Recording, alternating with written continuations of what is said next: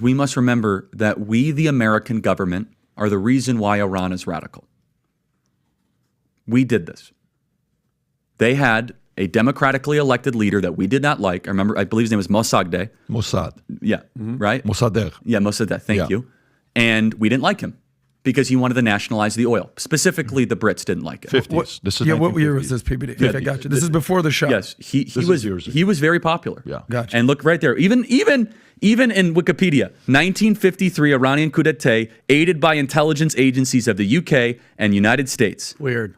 Got it. Okay? So then we put the Shah back in, if my memory serves me correctly, who was sick and unpopular, meaning he was actually suffering. Physically sick. And we paved the way for the most radical elements of Islam from a country that, Patrick, you know it better than I do.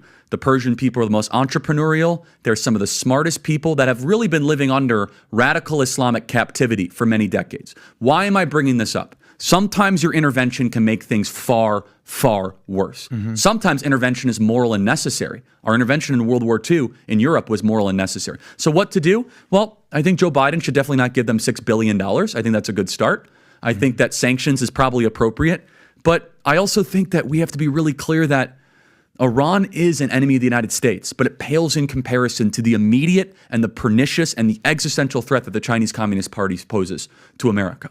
And I don't want to see us get into the Lindsey Graham dream world that Iran is somehow murdering Americans. They are financing terror. They're chanting death to America. But China right now is actively creating fentanyl that comes into our country that kills over 100,000 people. Not everyone for fentanyl, but drug overdoses. Majority, yeah. Yes, over a majority of the 100,000 is fentanyl. What I'm getting at is I, as a millennial turning 30, know nothing but Middle Eastern no-win war quagmires, right?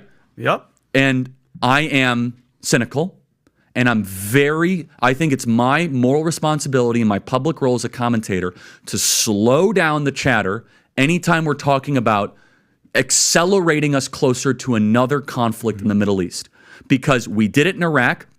I think it was a mistake. We spent trillions of dollars and we lost precious American lives, led to ISIS. And you want the thought crime? Honestly, Saddam Hussein kept a lot of the terrorists in check. Yep, they were scared of him. He was a bad guy, but he wasn't the worst guy. And I think the same thing in Afghanistan. So what do? I think first we have to calm down the neoconservatives that are bloodthirsty and want war more than they want what's best for America.